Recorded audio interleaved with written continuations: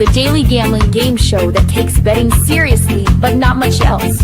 Get our favorite plays on the totals, sides, props, exotics, and futures to jump on now. So let's get it started with Jason and Ben.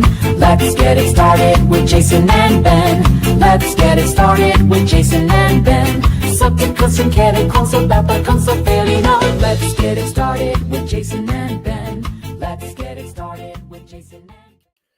Hey, thank you guys for joining us as always on WannaBet, the only daily sports wagering game show that we're aware of on the planet, where we keep score and let you know what we did and how we did last night, what obviously we're playing right now, and also we're always looking at value in the future markets as well that we're addressing on a day-to-day basis. So we want to be your one-stop shop for all of your sports wagering needs. And again, we are transparent, we keep score, and we let you know how we're doing. Today's show, as always, first, second, and third down, we'll have our three favorite bets of the day. Could be any sport, could be something happening tonight, today, or again, maybe something in the future. Fourth and long, a lot of times it's also fourth and short. Today it will be fourth and short. We're going to continue to mine those NERFy and YERFy markets where we've been making a good amount of return on investment on the MLB markets. And then overtime, MLB trade deadline is over. Transactions in MLB are effectively over. What do we think that does for the gambling markets? Are there any teams that we're making plays on and have made plays on in the future markets now that the deadline is over? But first, Beltway Ben, as we always do, how did it go last night? So there we go. Cruz Azul losing 7-0 to Seattle was not on my bingo card.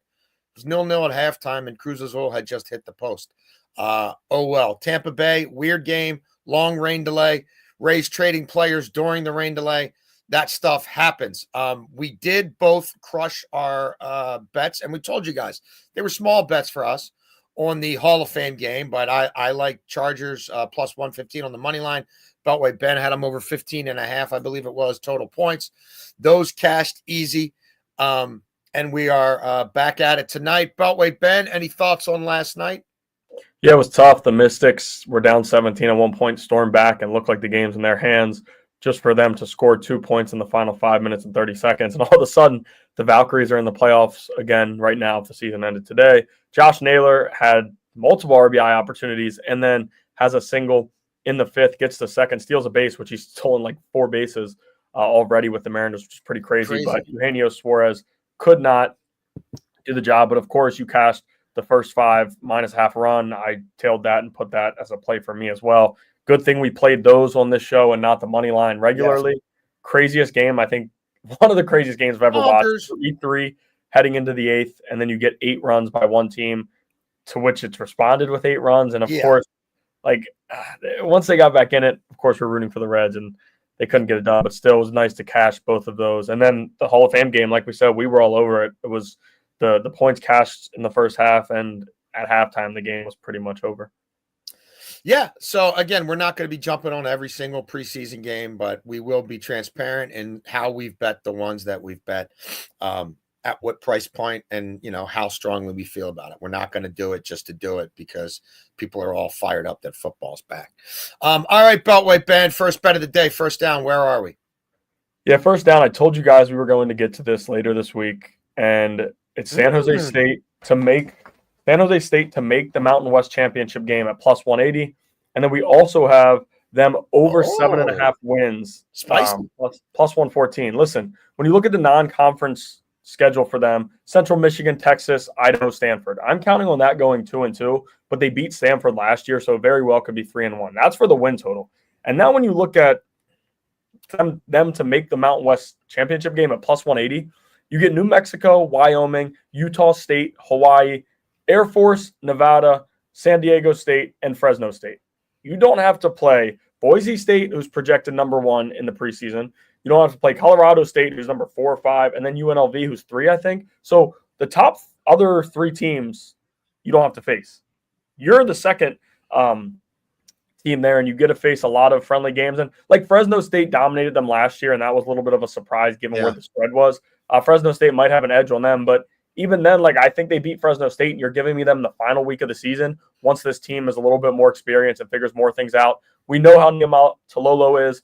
being from here, coached the Navy. He's had so much experience. He's won so many games. And last year, nobody was expecting anything from them. And he won 7 games in his first year. Goes to a bowl game. The defense is still super strong. You bring back Egett at quarterback, and he played really, really well down the stretch last year. So I like what San Jose State has working for them this year. And I want to give a shout out to Tim Murray for this play. I know he came on your show and mentioned it. Then I jumped into and did some research. And when you look at schedules and everything like that, and where this team is, I really like both of these plays at plus money. Super physical team and very difficult offense to prepare for. They are an anomaly. I love it. Look, first down for me, we're staying in Leagues Cup. I'm going to be honest.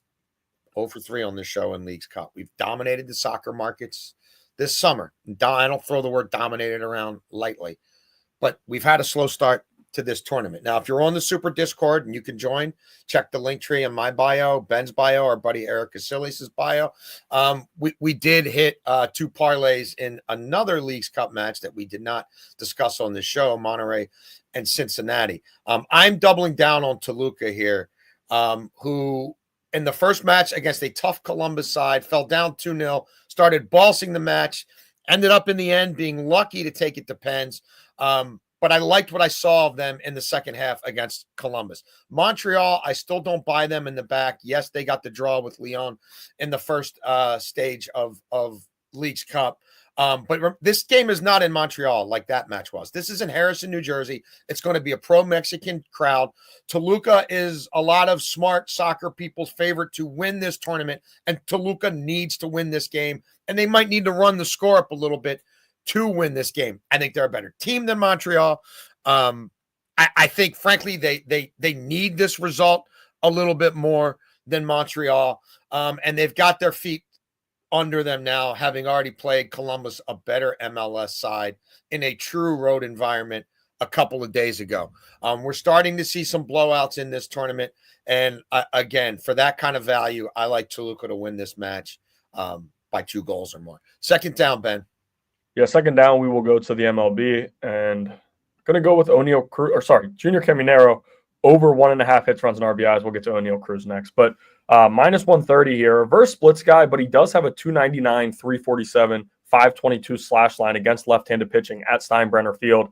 I think anybody in this MLB would love to be hitting there right now for their numbers. And it's kind of crazy when you look at his numbers. 168, 213, 356 at home or on the road compared to 327, 365, 627 at home. They're coming off of 7 games on the road, and he hasn't been very good. 3 for his last 27.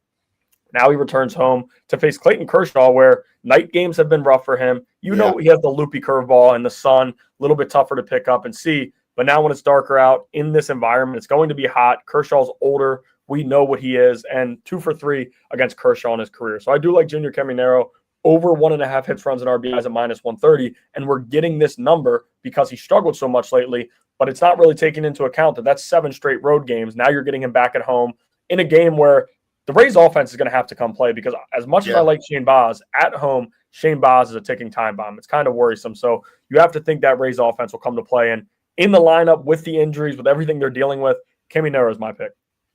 I'm in MLB second down as well. Beltway, Ben, give me the Phillies on the first 5 money line here against the Tigers. Now, look, last time out at home, Ranger Suarez got knocked around a little bit.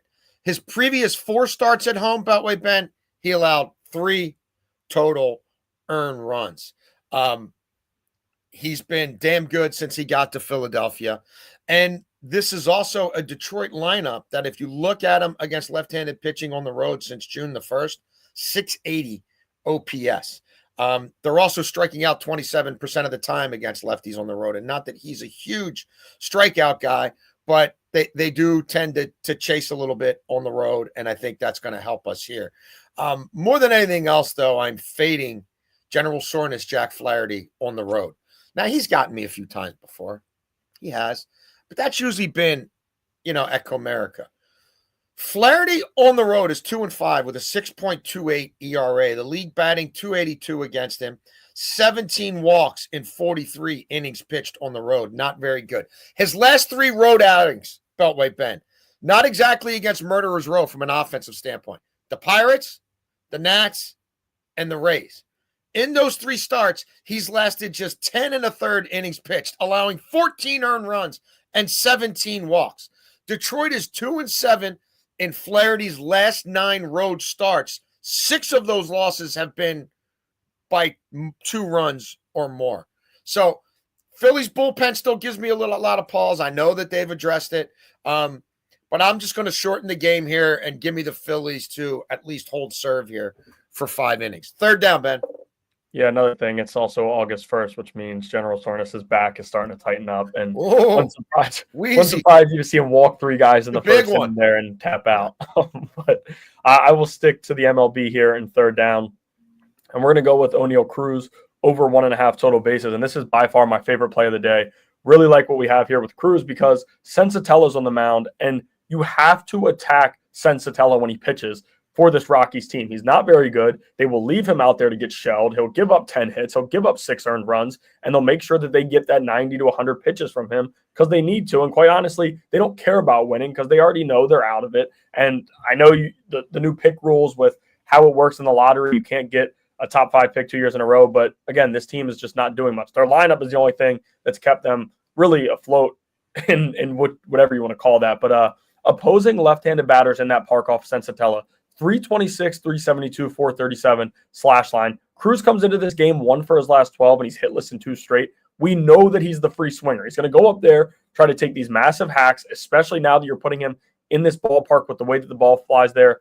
And another big thing that I look at here, 488 slug against right-handed pitching compared to 209 against lefties. So the matchup is there for some power. I do like him to hit a home run tonight, but I'm just taking the total bases to be safe at minus 130.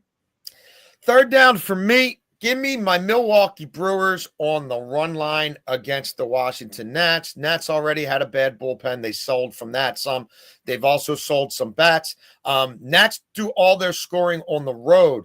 They not so much at home. Key guys like Wood, who's slumping, not as good at home. Abrams, 2 different dudes offensively, home and road. You might look at Mitchell Parker's ERA at home and say, hey, it's kind of solid. Well, it's gotten worse as the season's gone on. His last 7 starts at home, Beltway Ben, the lefty's got a 4.8 ERA, and he can't keep people off base. Quintana on the road, 2.36 ERA.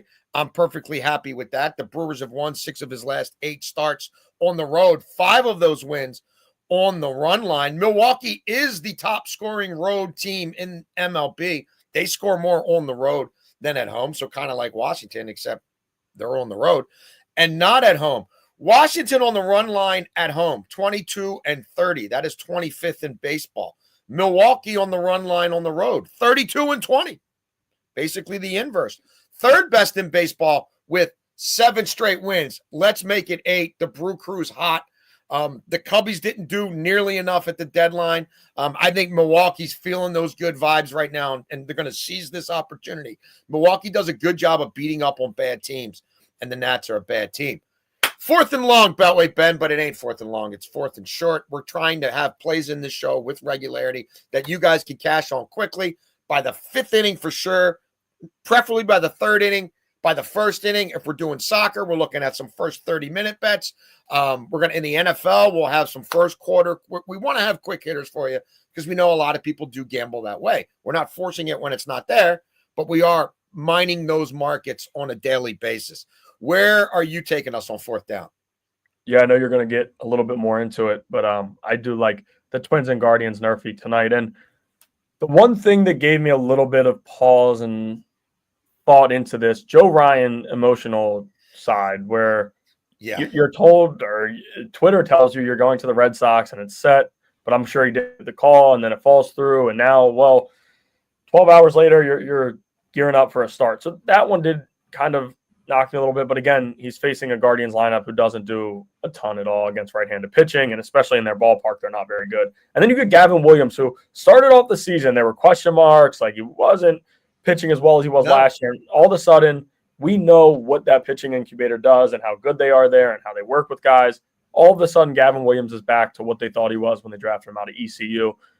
Awesome guy. And again, he's facing a Twins lineup that is just like the Guardians, where like this game, it's massive under vibes. You don't expect many runs at all here. Like when you look at these 2 lineups, we'll be 25 minutes in. They're already through 4 innings with no runs because neither of these lineups hits the ball a ton. So I do like the Nerfy here at -146.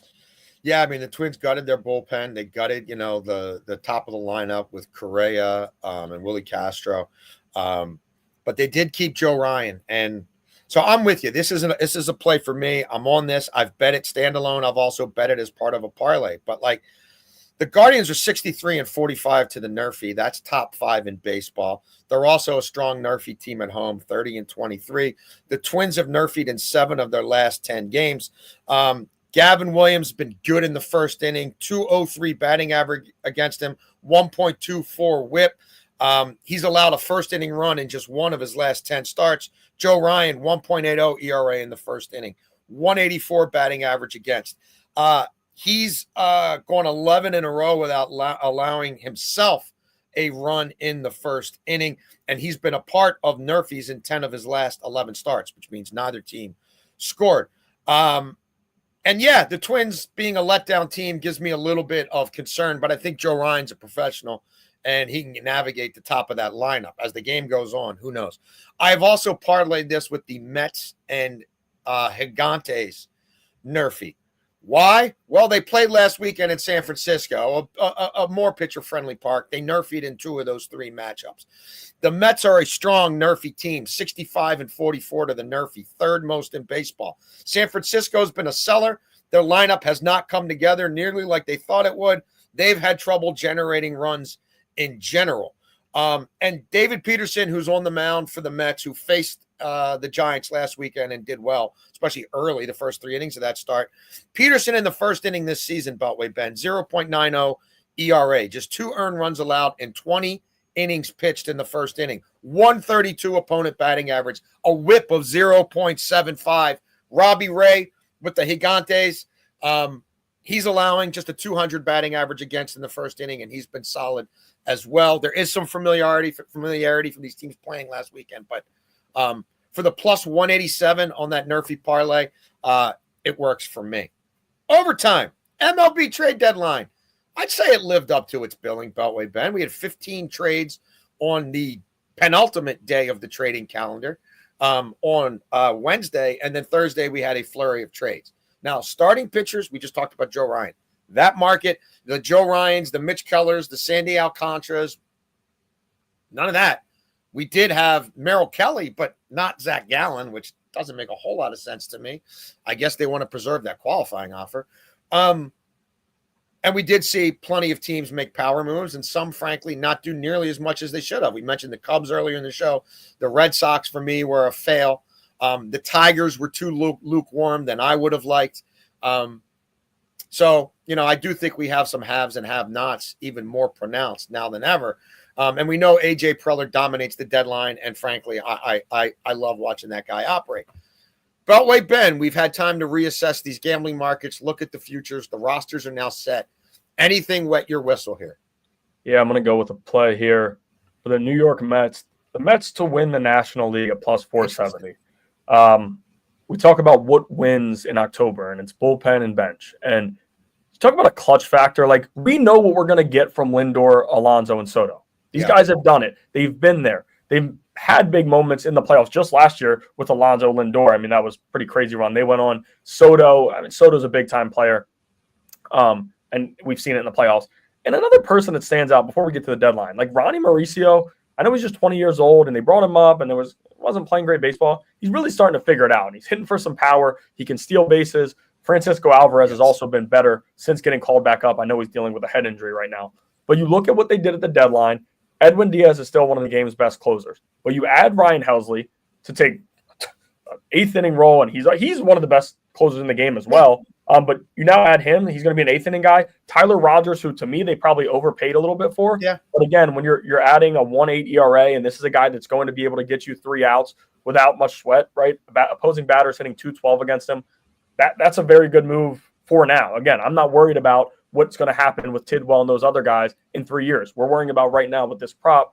And you pair those two, as I said, with Diaz, that's 3 reliable arms. Reed Garrett's had to have been the setup guy, and Reed Garrett's been fine. But now you can move him into that 6th inning role, 7th inning role. Greg Soto, we know in Baltimore what he is. He's a question mark. However, I do like him as a 6th guy. Like, That's your six. And that's your if he's a six- lefty guy, that's fine. The problem is Yeah. righties take him deep. But if you really make him a lefty specialist, you can call some value there.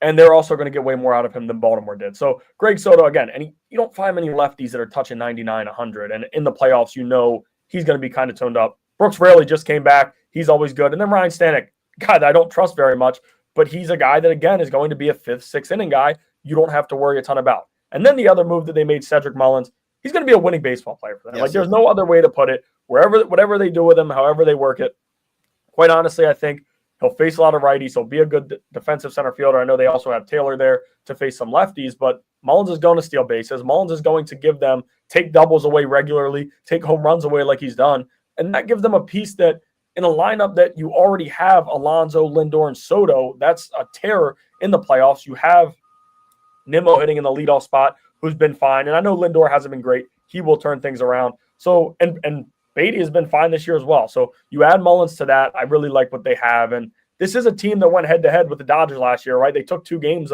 against them, of course, lost 4. That Dodgers team is not the same as last year. I have a lot of concern there, and I know they're dealing with injuries, and they'll get guys back. That lineup isn't right. Mookie Betts isn't doing enough. And Shohei Ohtani, as awesome as he's been, and he's pitching, there's excitement. At the plate, he hasn't been as dominant as he was last year, and you couldn't have expected that. But again, I just think that the Dodgers are slowing down just a little bit, and the Mets, to me, when you spend as much money as they have, I do like them to win the National League. Let's pick up on the Dodgers because I just wanted to go to my phone again because, I wanted to double-check these standings. I want to make sure I'm not missing something here. The Dodgers have a 3-game lead on the Swinging Friars, the San Diego Padres. 3. It's just 3 games, Beltway Ben. Dodgers, who to me need more pitching depth now than ever, trade Dustin May. Wonder if they're going to regret that one. The Padres took an uber bullpen and made it an uber bullpen, and the Padres significantly lengthened their lineup and their bench, depending on the matchups with O'Hearn, a really quality left-handed bat, and Laureano, a right-handed bat that is in as good a form as most people on the planet right now. They added position flexibility. I think it's a jolt to that clubhouse. And I think they can chase the Dodgers down. It's hard to repeat in any sport. And the baseball gods, to me, keep telling the Dodgers, it's not your year. It's not your year. It's not your year. Is Yamamoto going to be an ace down the stretch? Is Sasaki a sunk cost? Do you really trust Kershaw? Ohtani? Ohtani has yet to go 5 innings. Are you going to tell me Ohtani's starting a game, starting games down the stretch, or does he end up in the bullpen because they've got to try to preserve him? I saw what Tommy Edman did the first 2 months of the season. What's he done lately? Right. Betts and Freeman are in significant slumps. You're giving me 7-1 on the Padres to make up 3 games on them. I'll put a couple ducats on that. That gets my attention. So, yeah, I'll put a 1-unit play on the Padres at 7-1 to chase down the Dodgers. That is our show. Beltway, Ben, and I, because we don't take days off. We're constantly handicapping games. We will be back with you through the weekend. There's more soccer markets I'm evaluating, WNBA markets with Ben, obviously MLB. CFL play that I've made that I will probably give out on this show tomorrow as well. We appreciate you guys tuning in. You can check us out on YouTube as well at youtube.com/@wannabetwithus. You can hit us up on Twitter with any questions you have. And really, you want betting advice in real time and you want every play that we're making in real life as we make it, you can join our super Discord. Again, link trees in the bio. So thank you guys. Hope your weekend's off to a great start. We thank you for betting with us, and we want to bet with you again tomorrow.